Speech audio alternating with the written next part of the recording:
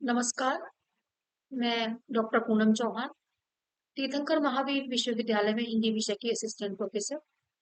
आपके साथ में आधुनिक काल उदय इस पेपर पर का जो फर्स्ट ब्लॉक है उस पर हम हमारा व्याख्यान चल रहा था और आज हम चर्चा करेंगे कि जो आधुनिक काल का जो प्रथम ब्लॉक है उसमें हम देखेंगे कि परिवर्तन किस तरह से हुआ। आधुनिक काल का जब उदय हुआ तो परिवर्तन किस तरह से हुआ? आखिर क्या कारण रहे होंगे? आधुनिक हिंदी साहित्य के इतिहास लेखन की समस्याएं अनेक हैं। इसका मुख्य कारण ये है कि आधुनिक काल से पूर्व हिंदी में कविता ही एकमात्र प्रमुख विधा थी। आधुनिक काल में अनेक विधाओं का उदय और विकास हुआ है। साहित्य इतिहास लेखन की आवश्यकता है। आधुनिक हिंदी साहित्य के समग्र साहित्य का अभी तक सही से मूल्यांकन नहीं हो पाया है। साहित्य समाज और इतिहास के मध्य एक एक संबंध बनना चाहिए जिसमें रचनाकार की रचनाशीलता का पूरा विवेचन हो सके। तो आज जब हम इसके परिवर्तन का सूत्रपात पढ़ेंगे तो हम देखेंगे कि जो आप लोग एक तो क्या क्या समस्याएं उस समय आई इससे परिचित हो सकेंगे। दूसरा, हिंदी साहित्य के आधुनिक काल की विकास यात्रा इससे अवगत हो सकेंगे। चलिए हम अपना व्याख्यान आरंभ करते हैं। यदि इसके परिवर्तन का जो सूत्रपात है उस पे हम दृष्टि डालें तो हम देखेंगे कि आधुनिकता और नव जागरण की इस दिशा में भारतीय समाज को प्रेरित करने में नई शिक्षा का बड़ा हाथ है। मतलब जो शिक्षा पहले से चली आ रही थी वो इतना कारगर सिद्ध नहीं हो रही थी। नव जागरण के प्रवर्तक राजा राम मोहन राय, आप लोगों ने नाम उनका सुना होगा। उनको जागरण का प्रवर्तक भी कहा जाता है। शिक्षा प्रणाली के खिलाफ थे वे। जो पुरानी शिक्षा प्रणाली थी उसके खिलाफ थे। वो भारत में नए ढंग की शिक्षा प्रणाली चाहते थे।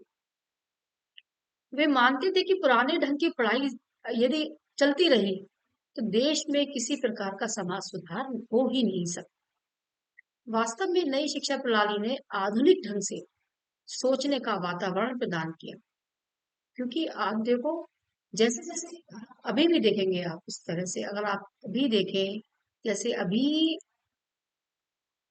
नई शिक्षा नीति इस समय आई हुई है, तो जब चीजें चेंज होती हैं, परिवर्तित होती हैं किसी भी क्षेत्र में, चाहे वो शिक्षा का क्षेत्र रहे या कोई और, तो विकसित अवस्था में आती है। अभी आप देखो कितनी जो नई शिक्षा नीति आई है उसमें बहुत सारी चीजें बदल गई हैं। और कहीं कहीं पर हाँ, क्योंकि बहुत बड़ा एकदम बदलाव आया है तो इसमें दिक्कतें तो आ रही हैं अ, उसको मैनेज करने में, व्यवस्था को बनाए रखने में। लेकिन जब ये व्यवस्था बन जाएगी नई शिक्षा नीति, तो आप देखना कि आप लोग को कितना फायदा होता है। बहुत सारी चीजें इम्प्रूव होकर आई हैं। और ऐसे ही जैसे बहुत पहले से जो शिक्षा प्रणाली चली आ रही थी, राजा राम मोहन राय ने कहा कि उस शिक्षा प्रणाली प्रणाली को यदि हम दृष्टिगत रख के अपने देश की उन्नति करना चाहते हैं या समाज को सुधार करना चाहते हैं तो ये संभव नहीं है। राजा राम मोहन राय का कहना ये था। और वो ये चाहते थे कि हमारे देश में शिक्षा की एक नई प्रणाली शुरू हो जो एक ऐसा वातावरण तैयार कर दे देश में कि लोग जो है आधुनिक ढंग से सोचने के लिए विवश हो जाए। ऐसा वातावरण पैदा कर दे। ईसाई मशीनरियों कोलकाता के फोर्ट विलियम कॉलेज तथा ईस्ट इंडिया कंपनी के मैकाले जैसे अधिकारियों के प्रयास से भारत में धीरे धीरे अंग्रेजी भाषा के माध्यम के नए ढंग की शिक्षा का प्रसार हुआ। सन 1844 ईस्वी में लॉर्ड हार्डिंग की वो महत्वपूर्ण योजना प्रकाशित हुई जिसके अनुसार सरकारी नौकरियों के योग वे ही समझे जाएंगे जिन्हें अंग्रेजी शिक्षा मिली। इस अनिवार्यता का परिणाम ये हुआ कि भारत का युवा वर्ग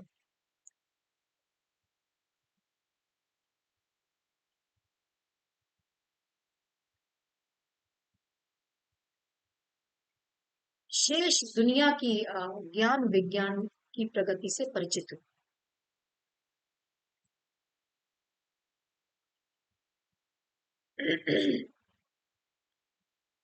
जब 1844 में लॉर्ड हार्डिंग की ये योजना प्रकाशित हुई जिसके अनुसार सरकारी नौकरियों के योग वो ही समझे जाएंगे जिन्हें अंग्रेजी शिक्षा मिली हो, तो कहीं ना कहीं वो ये हमारे देश में थोपने का प्रयास कर रहे थे अंग्रेजी शिक्षा को।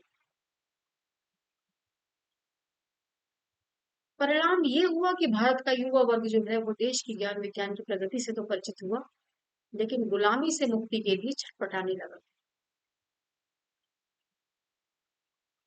अगर हम ये कहते हैं कि वर्तमान भारत का जन्म ही अंग्रेजी शिक्षा पद्धति के कारण हुआ, तो गलत नहीं होगा।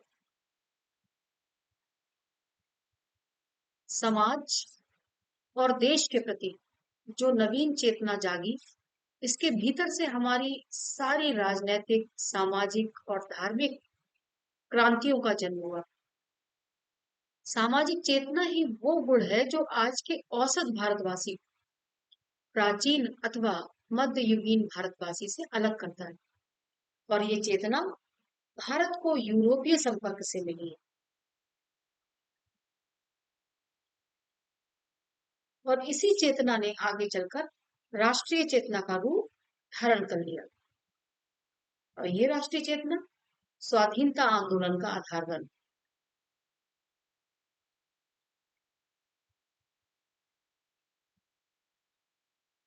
नव जागरण आंदोलन की जड़ में यह मौलिक सच्चाई निहित है कि 19वीं शताब्दी के मध्य में भारतीय जनमानस में मनुष्य की अवधारणा में कुछ बुनियादी बदलाव पैदा हुए।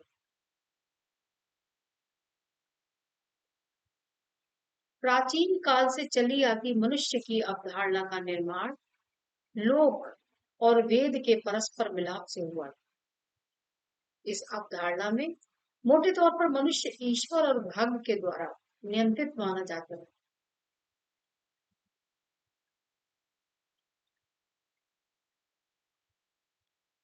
कि मतलब ये पूरी जो पंक्ति है इसका मतलब ये हुआ कि जो पहले अवधारणा चली आ रही थी प्राचीन काल से, उसमें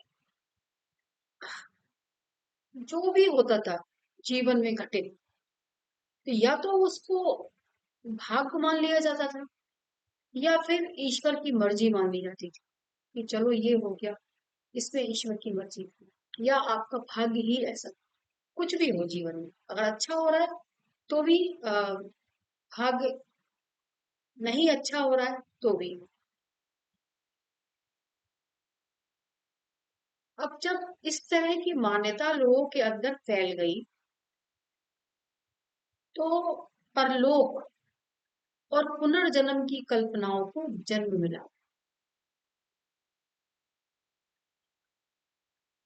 और मनुष्य के पास स्वतंत्रता थी कर्म करने की, कोई भी कार्य करे, लेकिन इसके बाद भी वो प्रारब्ध का गुलाम बनाना कि ये मेरा प्रारब्ध है, भाग्य है। मैं अगर मेरे साथ कुछ गलत हो रहा है तो ये मेरा प्रारब्ध है, तो मतलब जो गलत हो रहा है उसको सही करने की भी प्रयास नहीं कर रहा है क्योंकि उसको लग रहा है ये मेरा प्रारब्ध है।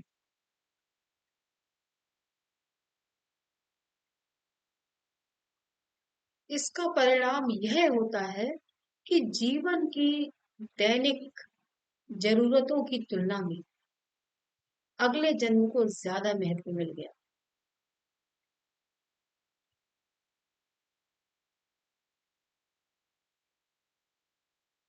कारण कि उन्हें लगने लगा कि हम अपने इन कार्यों को पूरा करने के लिए यदि प्रयास करेंगे और उसके बाद भी अगर हमारा ये कार्य पूरा नहीं होगा, क्योंकि हमारा भाग्य ही ऐसा है, तो क्यों ना अब हम अगले जन्म में जो करें वो करें, मतलब अगले जन्म में ही करेंगे जो करेंगे। तो एक जो कह सकते हैं कि अंधविश्वास सा ही था कि इस जन्म में वो अपनी जीवन की दैनिक आवश्यकताओं को महत्व ना देकर अगले जन्म की प्रतीक्षा कर रहे हैं, उसको महत्व दे रहे हैं। इससे भारतीय मानस में एक खास तरह की उदासीनता पैदा हो गई, होगी भी,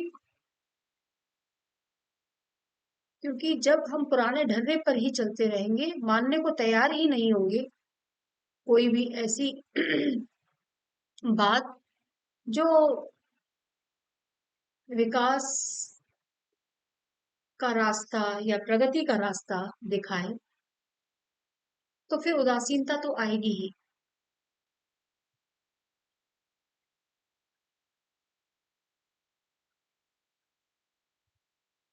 समाज में एक बात का और विकास हुआ,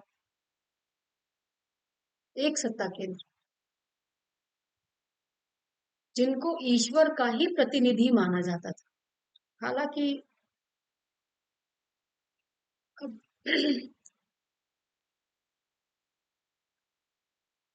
भी ये बात है जो इसमें सामने आपको स्क्रीन पे दिखाई दे रही है, आपका स्टडी लर्निंग मटेरियल, कि चाहे राजा हो, पिता हो, बड़ा भाई हो, गुरु हो, सब भगवान बन बैठे।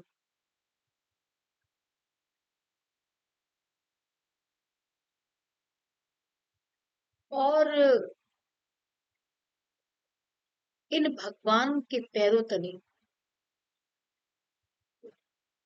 साधारण मनुष्य की अस्मिता कुचली जाने लगी।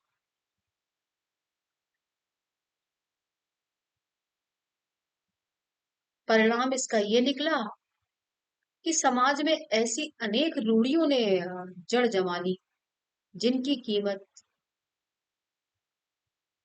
पुरानी परंपराओं से अधिक कुछ नहीं थी।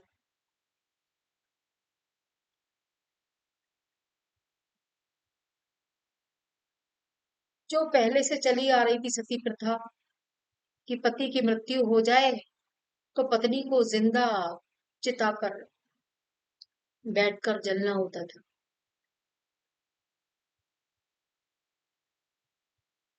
मूर्ति की पूजा प्रथा चली आ रही थी। बलि प्रथा, यानी कि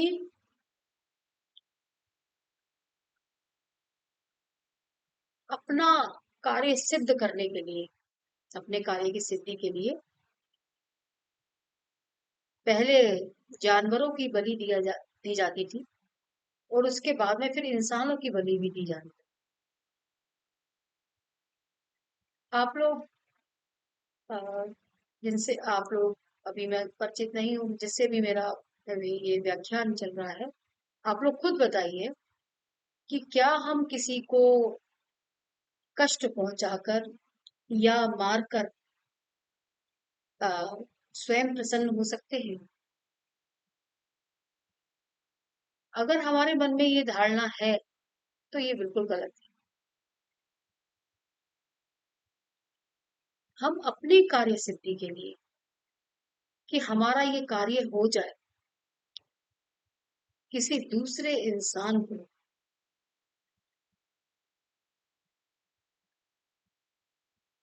इतना हर्ट करे, इतना परेशान करे, या यहाँ पर जैसा कि आप स्क्रीन पे देख रहे हैं कि मतलब बलि दे दी जाती थी, मार दिया जाता था।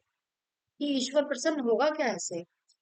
आप किसी की बलि देंगे तो क्या ईश्वर प्रसन्न होगा और आपके कार्य को सिद्ध करेगा? ये कहाँ का है, ये कहाँ की रीत है जो ये उस समय देश में चल रही थी? ये कैसे हो सकता है कि आप किसी इंसान की या किसी जानवर की बलि देने के बाद में अपने जीवन में खुशियां खोजेंगे? अब बस क्योंकि उन्हें ऐसा लगता था तो वो ऐसा करते थे। लेकिन मेरा मानना ये है कि आप अपने कार्य सिद्धि के लिए सामने वाले को या जिसको भी आपने टारगेट किया हुआ है उसको कष्ट पहुंचाए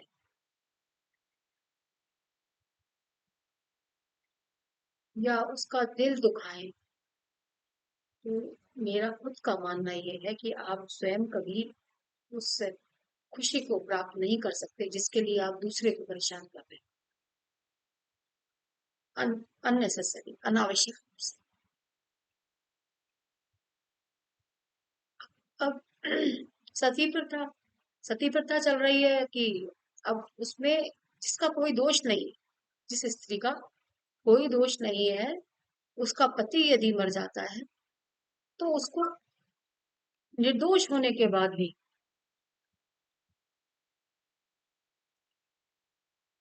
अ, जिंदा जला दिया जाता था।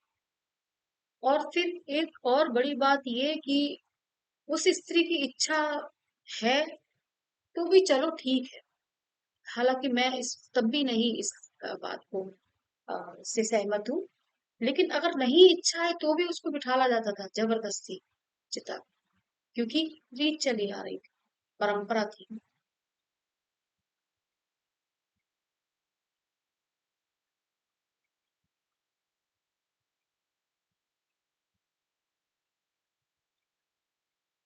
मूर्ति पूजा, आप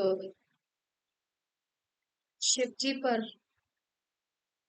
दूध चढ़ा रहे हैं और रास्ते में यदि आपको कोई भूखा बच्चा मिल जाए, वो आपसे उस दूध की मांग करे तो आप उसको ना देके मंदिर में जाके चढ़ाएंगे? क्या लग रहा है आप कि आपकी पूजा फलीभूत होगी? मेरे ख्याल से नहीं। क्योंकि जो हमारा सबसे बड़ा धर्म होता है मानवता का, और ईश्वर भी कभी, हालांकि मैं खुद भी आस्तिक हूँ, ईश्वर में गहन विश्वास है मेरा, लेकिन मैं इतना भी जानती हूँ कि जहां पर जरूरतमंदों को आवश्यकता होगी तो मंदिर में चढ़ाने की अपेक्षा हम उनकी मदद करें। लेकिन उस समय जैसा कि अभी हम आपसे बात कर रहे हैं परंपराओं की, जो परंपराएं चली आ रही थी उस समय, तो ऐसी परंपराओं ने भारत की प्रगति में हर प्रकार की बाधा पैदा की। अब तो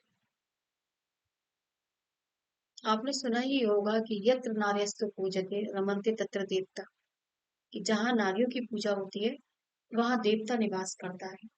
और जब वहां उस समय सती प्रथा चल रही थी, एक स्त्री को अगर वो बचपन में शादी हो जाया करती थी, छोटे छोटी अवस्था में, और मुश्किल से कभी कभी ये तो एक विडंबना है, या कह सकते हैं कि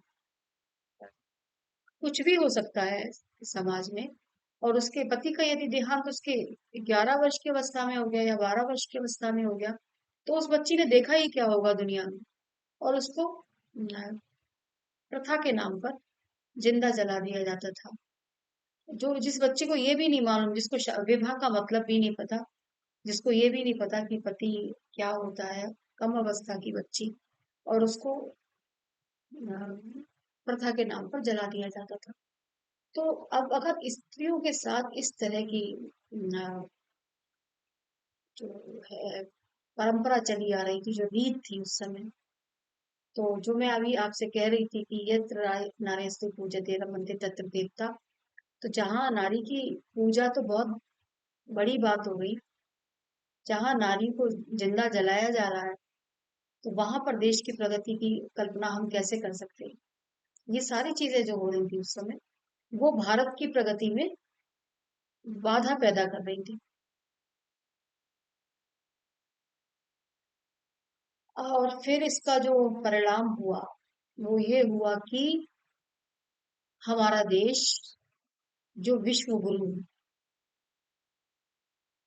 ज्ञान संपदा में विश्व गुरु और धन धन संपदा में सोने की चिड़िया कहा जाता था,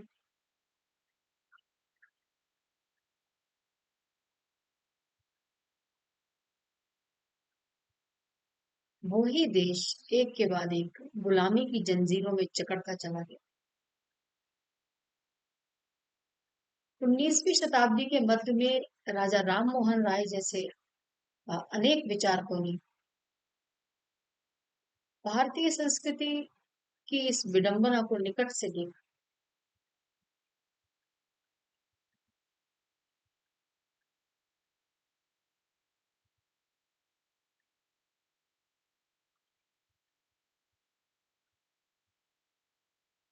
इस समझ ने उन्हें जड़ता से अनेक जड़ता में जकड़ी जो मान्यताएं चली आ रही थी, उन्हें भारतीय जनता को जगाने और उनको मुक्त करने की चेतना प्रदान की।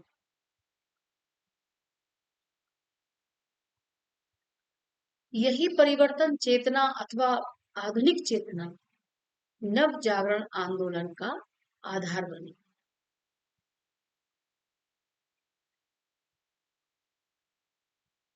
यदि राष्ट्रीयता की दृष्टि से इसका प्रतिफलन 1857 की क्रांति के रूप में हुआ, तो हिंदी साहित्य में इसने भारतेंदु युग को अवतरित करने का काम किया।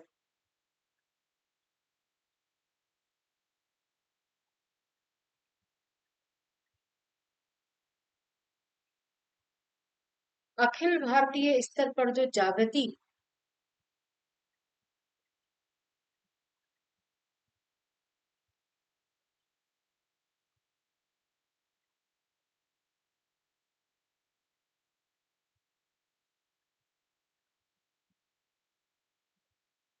कोलकाता जैसे केंद्रों से उभर रही थी, हिंदी में भारतेंदु हरिश्चंद्र उसके पुरोधा है।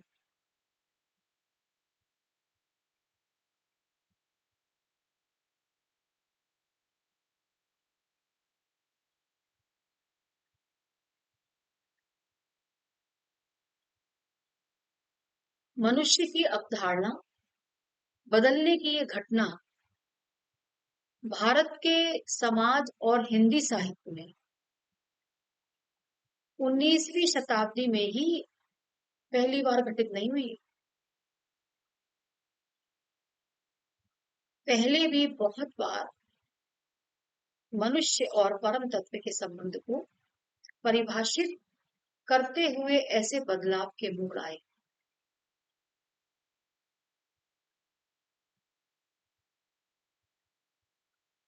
अगर उपनिषद और उसके बाद के इतिहास को छोड़ भी दें, जो उपनिषद चले आ रहे थे शुरुआत में, और उसके बाद जो हिंदी साहित्य का इतिहास रहा है आधुनिक काल से पहले का, उसकी जो बात है उसको छोड़ भी दें, तो भी 14वीं शताब्दी के भक्ति आंदोलन को भला कैसे भुलाया जा सकता? नहीं भुलाया जा सकता। पूरे देश को परिवर्तित कर दिया उस भक्ति आंदोलन ने।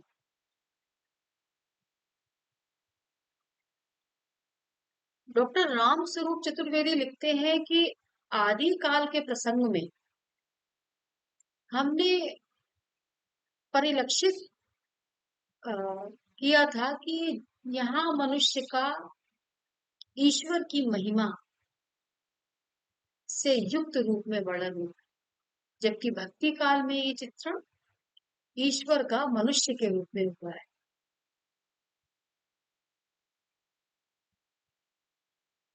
आगे फिर बीती काल में ईश्वर और मनुष्य दोनों का मनुष्य रूप में चित्रण होता है।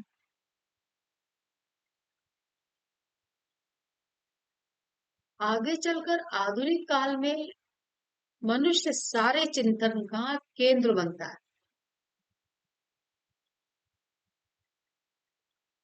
और ईश्वर की धारणा व्यक्तिगत आस्था के रूप में स्वीकृत होती है।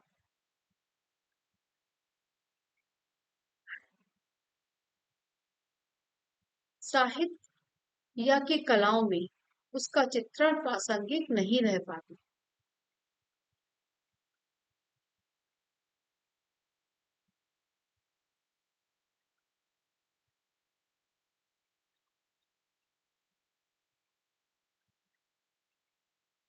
जिसका परिणाम यह हुआ कि प्रेम और भक्ति, लौकिक और अलौकिक संबंध, जो अभी तक या तो अलग अलग अनुभव थे या कभी कभी एक दूसरे को संस्पर्श भी करते थे, अब उनका उत्तर आधुनिक काल में आकार विलीन हो गया।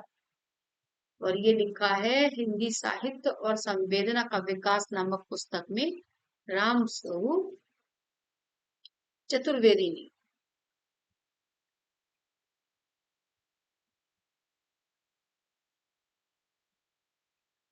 अब प्रश्न ये उठता है कि मनुष्य की जो अवधारणा चली आ रही थी उसमें परिवर्तन होने की आखिर प्रक्रिया क्या थी।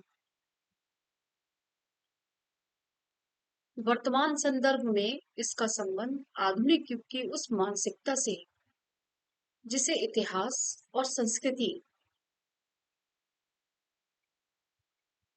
में पुनर्जागरण या नवजागरण कहा जाता है।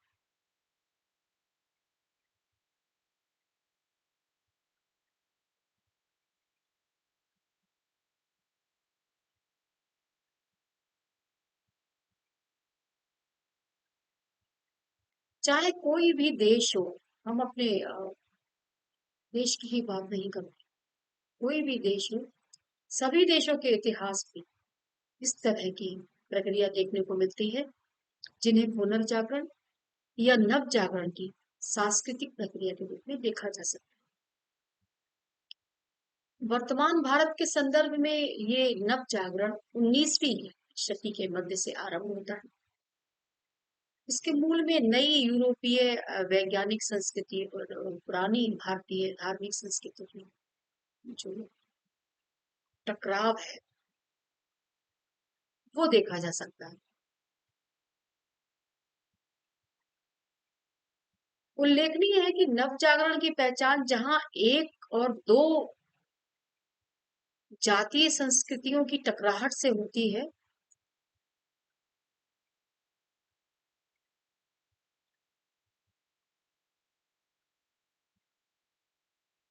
वहीं इसका दूसरा पहलू ये भी है कि नव जागरण मनुष्य के संपूर्ण तथा संश्लिष्ट रूप की खोज और उसकी परिष्कार करने की भी प्रक्रिया है।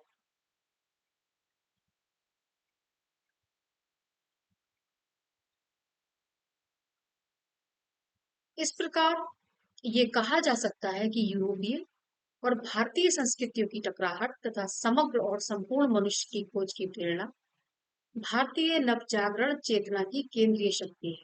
इसके एक सिरे पर राजा राम मोहन राय तो दूसरी तरफ महात्मा गांधी है। साथ ही इसे गति प्रदान करने में एक और 1857 के प्रथम स्वाधीनता संघर्ष में तथा दूसरी ओर 20वीं शताब्दी के अखिल भारतीय स्वतंत्रता आंदोलन में निर्णायक भूमिका निभाई।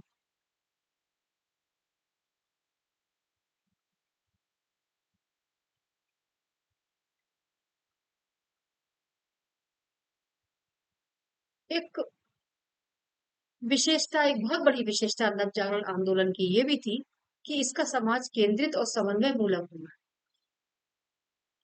भारतीय हिंदू विचारधारा और पाश्चात्य ईसाई संगठन का सामंजस्य नव जागरण के अधीनस्थ सभी सामाजिक आंदोलनों का मूल मंत्र है। राजा राम मोहन राय से लेकर महात्मा गांधी तक की ये विचार और कर्म यात्रा है जिसे बनाने और बढ़ाने में रामकृष्ण परमहंस, स्वामी विवेकानंद, लोकमान्य तिलक, श्री अरविंद जैसे कई मनीषियों का विशिष्ट योगदान रहा है।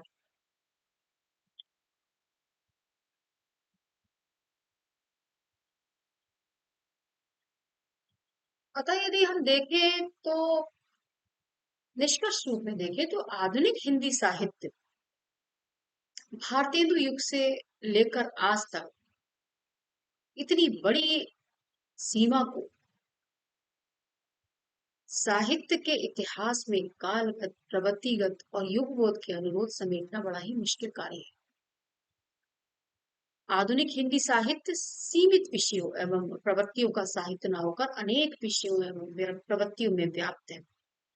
अभी जो मैंने आपको बताया कि ये चीजें आई थी आधुनिक काल में, लेकिन उसको हम आधुनिक काल मतलब पूरा एक समय कैसे कह सकते हैं? इनके स्वरूप में विविधता है।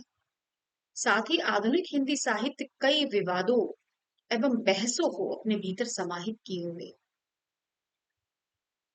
क्योंकि स्वतंत्रता से पहले आधुनिक हिंदी साहित्य के इतिहास लेखन का ढांचा एक अलग तरह से विकसित हुआ था। मुख्य समस्या स्वतंत्रता के बाद हिंदी साहित्य के व्यापक साहित्य को साहित्य इतिहास में उससे साहित्यिक प्रवृत्तियों विशेषताओं के नामकरण उनके सीमांकन का है। समकालीन हिंदी साहित्य की सीमा कहाँ तक तय की जाए, आधुनिक हिंदी साहित्य के इतिहास लेखन की बड़ी समस्या है। आजादी के बाद देश में कई तरह के सामाजिक एवं राजनीतिक आंदोलन हुए हैं। इन आंदोलनों से ओत-प्रोत हिंदी साहित्य का विशाल भंडार है। इस समय के जो जो साहित्य रहा है, वो सामाजिक एवं ऐतिहासिक विकास प्रक्रिया में एक चुनौती का काम कर रहा है। हम देखते हैं देखो बेरोजगारी, शहरों की ओर पलायन, मतलब गांव में रहना किसी को नहीं है, गांव में नहीं रहना चाहता इंसान। और इससे बने सामाजिक संबंध स्वतंत्रोत्तर हिंदी साहित्य को प्रभावित करते हैं।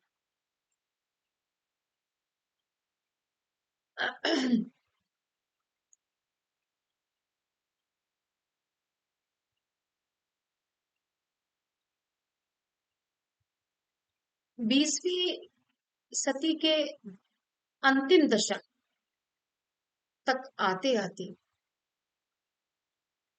सांप्रदायिकता भारतीय समाज के ढांचे में बदलाव लाती। इस ढांचे में बदलाव को इस युग के साहित्य में बखूबी देखा जा सकता है।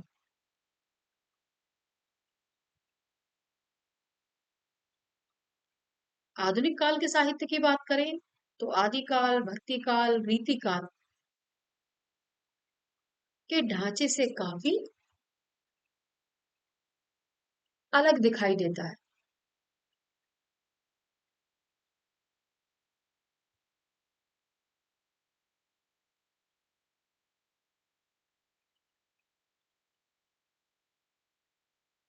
स्वतंत्रता से पूर्व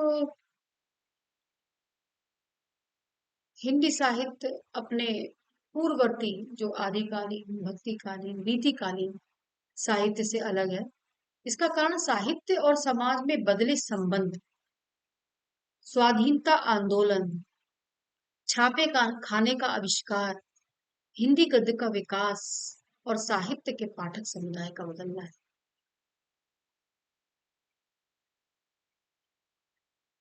हमने पिछले व्याख्यान में आपको बताया था कि भारतेंदु हरिश्चंद्र की जो समय अगर सीमा देखें साहित्य इतिहासकारों ने मोटे तौर पर जो कही है वो 1850 से 1900 ईस्वी तक की है। हालांकि जो भारतेंदु हरिश्चंद्र थे उनका उनकी मृत्यु 1885 में हो गई, लेकिन क्योंकि उनका साहित्य अ, उन्होंने अपने जीवन काल में जो लिखा उसका प्रभाव तो खैर अभी तक है, उसको तो हम अ, नजरअंदाज नहीं कर सकते। लेकिन उनके साथ के जो भारतेंदु मंडल के जो और कवि थे उन सब का अगर हम देखें, उन सब के दृष्टिकोण से यदि हम देखें तो वो 1900 तक का एक मोटे तौर पर 1900 तक 1885 से 1900 तक का समय ही 1850 से मत कीजिएगा 1900 तक का समय ही भारतीय युग की समय सीमा में आता है। अब अगर हम परिवर्तन का सूत्रपात, इस पर हम अभी बात कर रहे थे, तो जब इस युग के साहित्य में कई नई विधाएं आई और हिंदी गद्य धीरे धीरे अपना रूप लेता जा रहा था। जो नई विधाएं आई हैं उसमें निबंध, नाटक, पत्रकारिता, उपन्यास, कहानी, समालोचना आदि। इस युग का साहित्य एक और तो रीतिबद्धता से मुक्त होने का संघर्ष कर रहा है, और वहीं दूसरी ओर आधुनिकता की जमीन तैयार करने का श्रम कर रहा है।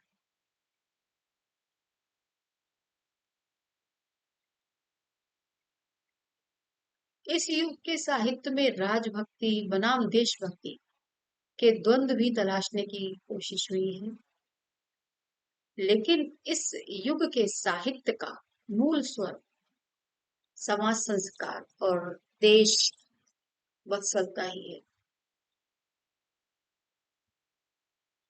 आधुनिक हिंदी साहित्य का प्रवर्तक आप सबको पता ही है कि भारतेंदु हरिश्चंद्र को कहा जाता है। और इस युग के प्रमुख जो रचनाकार हैं, एक ट्रिक है याद करने की जो मैंने खुद की थी जब याद किया था। भारतेंदु मंडल के जो रचनाकार हैं, आपसे साझा करूंगी आगे चल। तो भारतेंदु हरिश्चंद्र के अतिरिक्त बालकृष्ण भट्ट, प्रताप नारायण मिश्र, बद्री नारायण चौधरी प्रेमघन, श्रीधर पाठक, अयोध्या प्रसाद खत्री, लाला श्रीनिवास दास, ठाकुर जगमोहन सिंह, पंडित राधाचरण गोस्वामी, बाल मुकुंद गुप्त, ये सारे थे भारतेंदु मंडल के कवि या रचनाकार।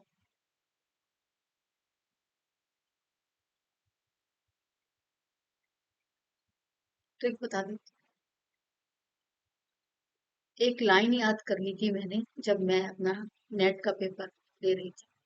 क्योंकि देखो ये बिल्कुल संभव नहीं है कि हम इतनी सारी रचनाएं ऐसे ही याद कर ली, रचनाएं या फिर लेखकों के नाम। अब इतने सारे जो लेखकों के नाम मैंने अभी आपको लिए कि भारतेंदु हरीशचंद्र, बालकृष्ण भट्ट, बद्री नारायण चौधरी, प्रेमघन, प्रताप नारायण मिश्र, कैसे याद होगा। तो थोड़ी सी ट्रिक बनानी पड़ती है ना याद करने के लिए। मुझे तो काफी उससे मदद मिली है। और जब आप मुझसे जुड़ जाएंगे तो मैं आपसे शेयर करूंगी वो सारी ट्रिक जो मैंने जब यूजीसी नेट का पेपर दिया था तो याद करने के उद्देश्य से बनाई थी।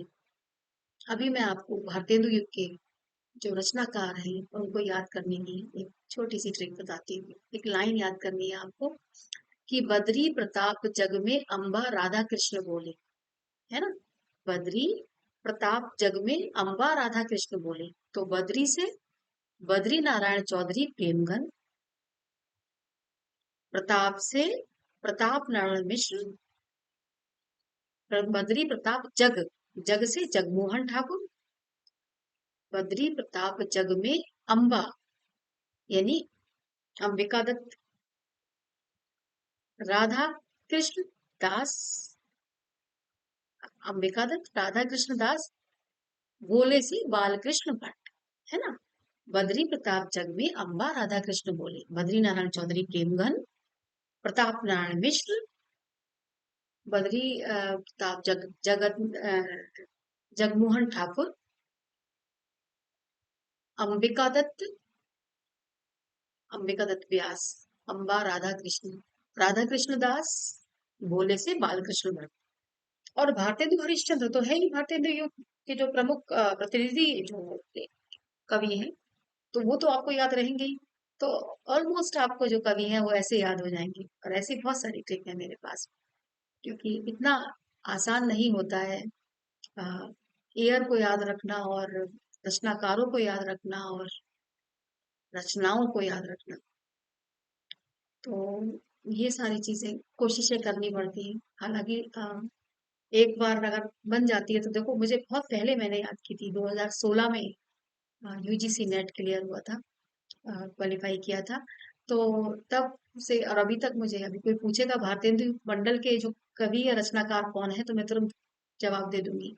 ऐसे ही जैसे जो तार सप्तक के कवि रहे हैं, जो अज्ञे ने चलाया था 1942 42 में। तो चार तार सप्तक हुए हैं, और चारों तार सप्तक के जो कवि हैं साथ साथ, वो सारे मुझे अच्छे से अभी भी याद है। और उसके लिए भी मैंने एक छोटी सी ट्रिक बनाई थी, क्योंकि ऐसे याद नहीं हो रहा था बहुत सारे कवि, और उनको सीरियल से याद रखना बड़ा मुश्किल हो रहा था। तो ये सारे काम करने पड़ते हैं, आप लोगों को भी करने पड़ेंगे, क्योंकि अब इतना तो अ, मस्तिष्क में नहीं रख सकता कोई जितना मटेरियल। हिंदी तो एक खान है, बहुत सारा मैटर है, बहुत चीजें हैं। तो उनको इतना अच्छे से एयर वाइज या रचनाकारों के माध्यम से बहुत मुश्किल हो जाता है, और इसके लिए ये सब करना ही है। आशा करती हूँ कि आपको भारतेंदु मंडल के जो रचनाकार हैं वो याद हो गए होंगे। तो भारतेंदु युग जो है हिंदी गद्य के विकास का युग है। इस विकास के साथ साथ कविता की भाषा के विवाद भी इस युग में हुए। कविता की भाषा ब्रज भाषा में हो या खड़ी बोली में हो, इससे संबंधित वाद विवाद संवाद अनेक भारतेंदु युगी लेखकों के बीच होता है। कविता की भाषा और गद्य की भाषा अलग अलग हो, इससे अयोध्या प्रसाद खत्री और श्रीधर पाठक असहमति दर्ज करते हैं। कविता की भाषा खड़ी बोली हिंदी बनाने में ही इन दोनों लेखकों का बहुत महत्व रहा है, अयोध्या प्रसाद खत्री और श्रीधर पाठक।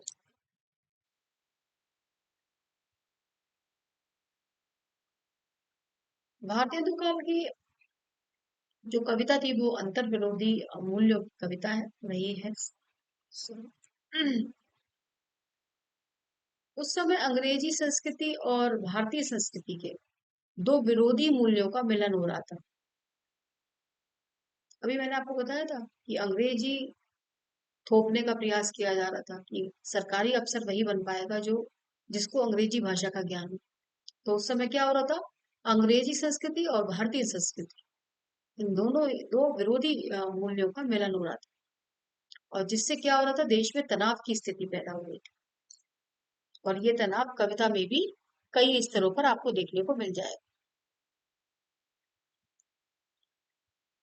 और एक चीज बड़ी महत्वपूर्ण है कि इस युग के जो प्रारंभ के कवि थे, उन्होंने ब्रिटिश सरकार के प्रति राजभक्ति के भाव रखे। तो ब्रिटिश सरकार, जो अंग्रेज हमारे देश में आए थे, उनके प्रति राजभक्ति का भाव।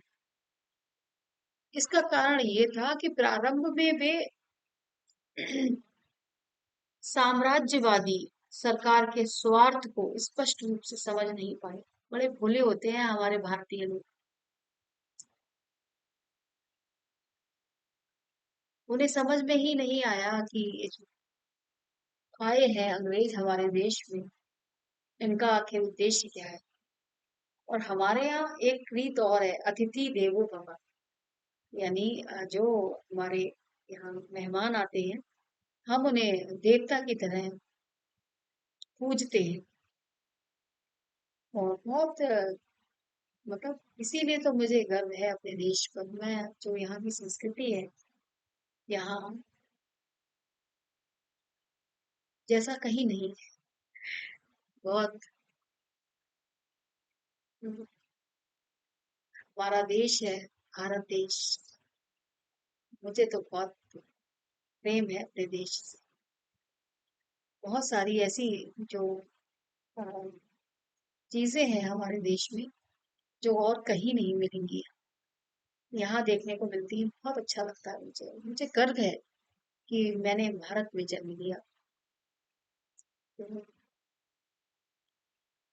जो आए थे आरंभ में अंग्रेज, तो हमारे देश के लोग समझ ही नहीं पाए कि ये इनका उद्देश्य क्या था। ये हमारे ऊपर राज्य करना चाह रहे, ऐसा उनको नहीं पता था।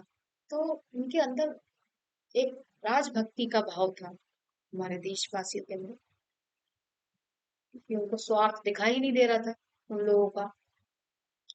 और यही कारण है, इस युग में जहां महारानी विक्टोरिया की प्रशंसा के भाव मिलते हैं, वही राष्ट्र प्रेम नहीं मिलता है। इसे उन्होंने लिखा है कि पूरी अमी की कटोरिया सी, चिर जियो सदा विक्टोरिया रानी, अंग्रेज राज सुख साज सजय सब भारी, पैदन विदेश चली जात इहे अति कुआरी। सब भारतेंदु हरिश्चंद्र को बहुत अच्छा लगता है। भारतेंदु हरिश्चंद्र में एक चीज और है जो अभी भी आप देखोगे, समस्या पूर्ति जो एक प्रवृत्ति रही है कविता में, वो यहीं से स्टार्ट हुई है, भारतेंदु हरिश्चंद्र के समय से ही। समस्या पूर्ति क्या होता है? समस्या पूर्ति में आपको बताती हूँ क्या होता है। जैसे कोई एक लाइन दे दी और उसका, कोई एक लाइन दे दी और उसका यूज हमें अपनी कविता में करना है, उसको इस्तेमाल करना है अपनी कविता की पंक्ति में, वो समस्या पूर्ति कहलाती है। तो ये जो प्रवृत्ति है, ये भारतेंदु हरिश्चंद्र के समय से प्रारंभ हुई है। इस युग का काव्य जनजीवन से जुड़ा हुआ है, अतः इसमें नारी शिक्षा, विधवा समस्या, बाल विवाह, धार्मिक संकीर्णता जैसे विषयों की ओर कवियों की दृष्टि गई। इन कवियों ने समाज में फैली विकृतियों पर चोट करके समाज में नई चेतना पैदा की।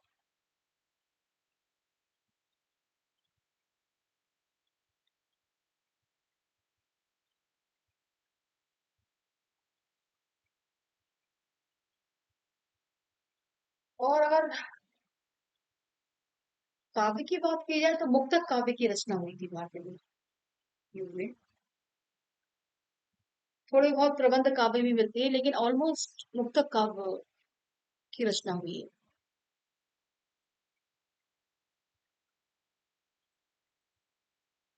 मुक्तक, प्रगीत मुक्तक, लोकगीत तथा मुकरियां भी मिलती है। भारतीय युग के कवियों की अधिकतर रचनाएं ब्रजभाषा में है। ब्रजभाषा में कोमल कांत पदावली होने के कारण इस काल के कवि उसका मुंह छोड़ नहीं पाए। इस समय के गद्य साहित्य में खड़ी बोली का सफल प्रयोग हुआ है, किंतु काव्य में उसे विशेष सफलता नहीं मिली।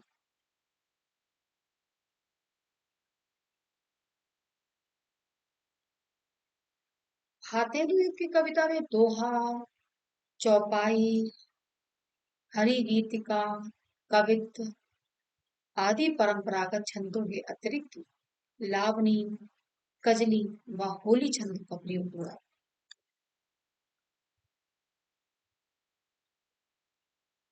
अगर आलोचना की दृष्टि से देखें तो भारतेंदु युग से ही हिंदी आलोचना का वास्तविक आरंभ माना जाता है, क्योंकि इस युग में कई सैद्धांतिक आलोचनाएं की गई। जैसे भारतेंदु का नाटक निबंध, भारतेंदु का नाटक नाम का निबंध इस काल की महत्वपूर्ण उपलब्धि है। इस काल में आलोचना मुख्यतः पत्रकारिता के माध्यम से हुई, और इस दृष्टि से भारतेंदु हरिश्चंद्र के पत्र हरिश्चंद्र मैगजीन, कवि वचन सुधा के अतिरिक्त बाल कृष्ण भट्ट का हिंदी प्रदीप, प्रताप नारायण मिश्र का ब्राह्मण और चौधरी बद्री नारायण प्रेमधन का आनंद कादम्बनी इस काल के प्रमुख पत्र हैं।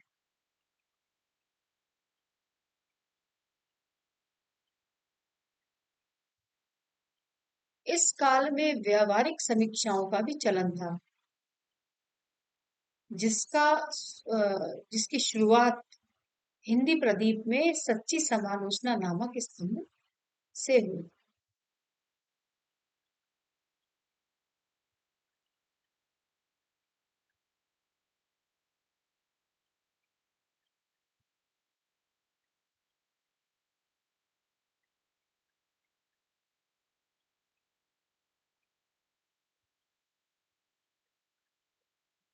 जो आधुनिक काल था वो तत्कालीन राजनीतिक गतिविधियों से बहुत प्रभावित हुआ।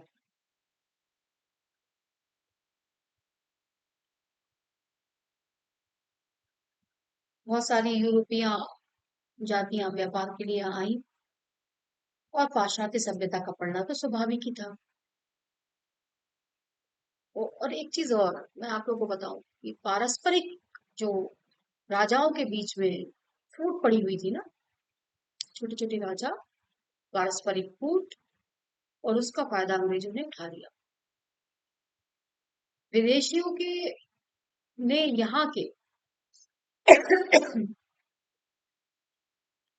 देशी राजाओं की पारस्परिक फूट से लाभ उठाकर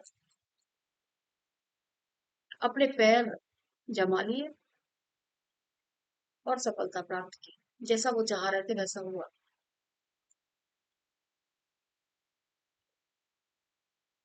परिणाम क्या हुआ? परिणाम ये हुआ कि ब्रिटिश साम्राज्य स्थापित हो गया।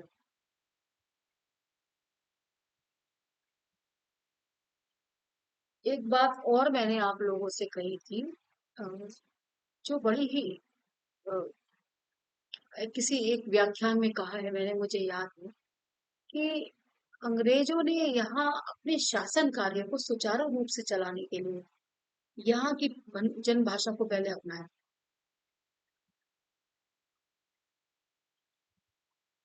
उन्होंने अंग्रेजों ने हमारे देश की भाषा को अपनाया अपना कार्य सुचारू रूप से करने के लिए। और हमारे देश ने क्या किया?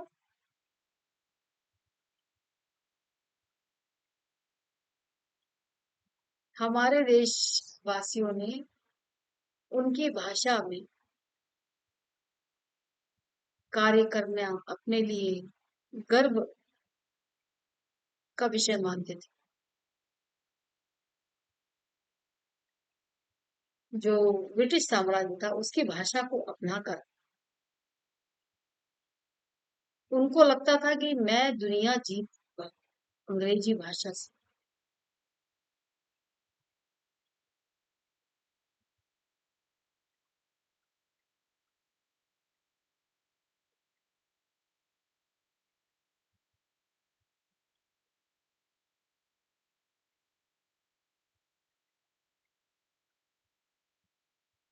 इसी कारण यदि देखा जाए तो आधुनिक युग की मुख्य विशेषता गद्य की प्रधानता रही।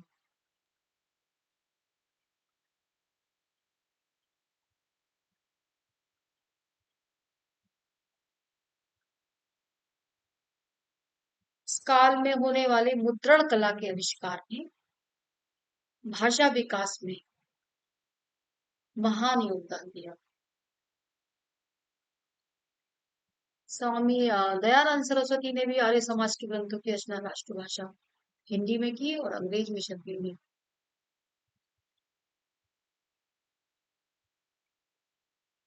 इस तरह से विभिन्न मतों के प्रचार कार्य से भी हिंदी गद्य का समुचित विकास हुआ।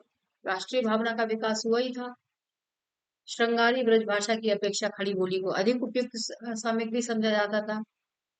समय की प्रगति के साथ में गद्य और पद्य दोनों में खड़ी बोली का पर्याप्त विकास होने लगा।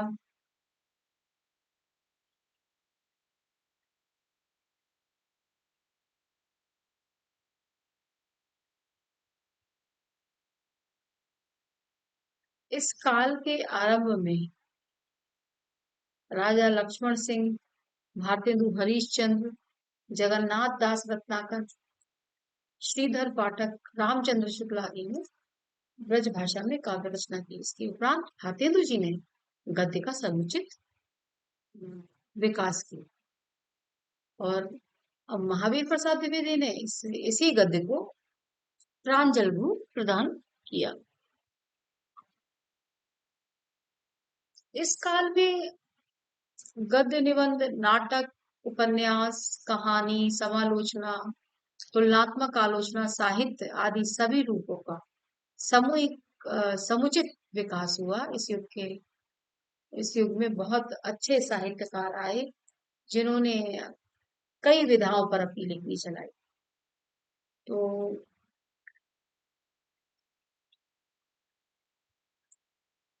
मुझे लगता है कि आज जो परिवर्तन का सूत्रपात आधुनिक काल का, इस विषय पर जो मैंने आपसे आज चर्चा की है, वो आपको भली भांति समझ में आ गया होगा। क्योंकि इसमें कोई एक पॉइंट तो है नहीं परिवर्तन का, जो सूचक है परिवर्तन किस वजह से हुआ है। ऐसे बहुत सारी चीजें हैं, उन सबको आप भली भांति समझ गए होंगे, क्योंकि मैंने सारी ही जितनी भी परिवर्तन के सूत्रपात में जितने भी विकल्प आ सकते थे उनके विषय में आप लोगों से अपनी बात को साझा किया। अब मैं आप लोगों से विदा लेती हूँ। बहुत बहुत धन्यवाद आप लोगों का। आशा है कि ये व्याख्यान आप लोगों को बहुत ही अ, लाभकारी रहे।